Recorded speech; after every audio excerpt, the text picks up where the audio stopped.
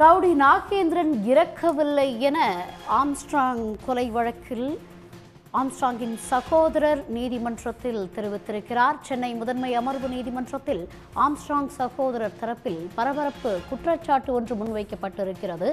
அதில் ரவுடி நாகேந்திரன் இறக்கவில்லை என கூறியிருக்கிறார்.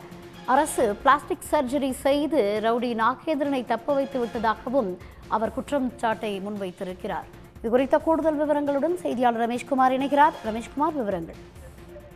பகுஜன் சமாஜ் கட்சியினுடைய மாநில தலைவராக இருந்த ஆம்ஸ்ட்ராங் கடந்த ஆண்டு அவரது வீட்டின் அருகே வெட்டி கொல்லப்பட்டார். இந்த வழக்கில் பிரபல ரவுடி நாகேந்திரன், அவருடைய மகன் அஸ்வத்தாமன் உள்ளிட்ட 27 பேர் பேர் செய்யப்பட்டனர். சமீபத்தில் தான் உடல்நல பாதிப்பு காரணமாக நாகேந்திரன் மருத்துவமனையில் மரணமடைந்தார். இந்த நிலையில் இந்த வழக்கில் ஜாமீன் கேட்டு அஸ்வத்தாமன் உள்ளிட்ட 12 பேர் தாக்கல் செய்த மனுதான் சென்னை முதன்மை அமர்வு நீதிமன்ற நீதிபதி கார்த்திகேயன் முன் விசாரணைக்கு வந்தது. அப்போது இந்த வழக்கை சிபிஐக்கு மாற்றி சென்னை உயர்நீதிமன்றம் உத்தரவு பிறப்பித்தாலும் கூட வழக்கு கோப்புகளை மாநில காவல்துறை சிபிஐ ஒப்படைக்கவில்லை என மனுதாரர் தரப்பில் தெரிவிக்கப்பட்டது. மேலும் கடந்த 1.5 ஆண்டுகளாக சிறையில் அடைக்கப்பட்ட தங்களுக்கு ஜாமீன் வழங்க வேண்டும் என்றும் நீதிமன்றம் விதிக்கும் நிபந்தனைகளை ஏற்றுக்கொள்ள தயாராக இருப்பதாக அந்த குற்றச்சாட்டப்பட்டவர்கள் தரப்புல வாதம் முன்வைக்கப்பட்டது. இந்த நிலையில தான் இந்த வழக்கில் இடையீட்டு மனுதாரர் இம்ப்ளீட் பெட்டிஷன் என்று சொல்வார்கள். அதுல ஆம்ஸ்ட்ராங்கினுடைய சகோதரர் கினோஷ் ஆம்ஸ்ட்ராங் தரப்புல ஆஜரான பகுஜன் சமாஜ் கட்சி தலைவர் ஆனந்தன் இந்த வழக்கை தமிழக காவல்துறை முறையாக விசாரிக்கல என்பதனால தான் வழக்கு சிபிஐக்கு மாற்றப்பட்டதாக அவர் வாதத்தை முன்வைத்தார்.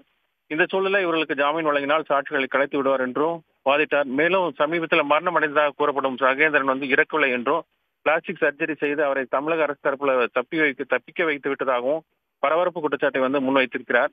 பின்னர் அனைத்து தரப்பு வாதங்கள் நிறைவடைந்ததை அடுத்து அஸ்வத்தாமன், ஹரிகரன் உள்ளிட்ட ஜாமீன் மனுக்கள் மீதான உத்தரவை நவம்பர் 10ஆம் தேதி நீதிபதி கார்த்திகேயன் தள்ளி வைத்திருக்கிறார்.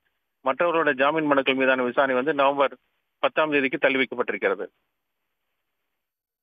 தகவல்களுக்கு நன்றி ரமேஷ்குமார். உடனுக்குடன் செய்திகளை தெரிந்து கொள்ள சன் நியூஸ் பெல் ஐகானை கிளிக் பண்ணுங்க.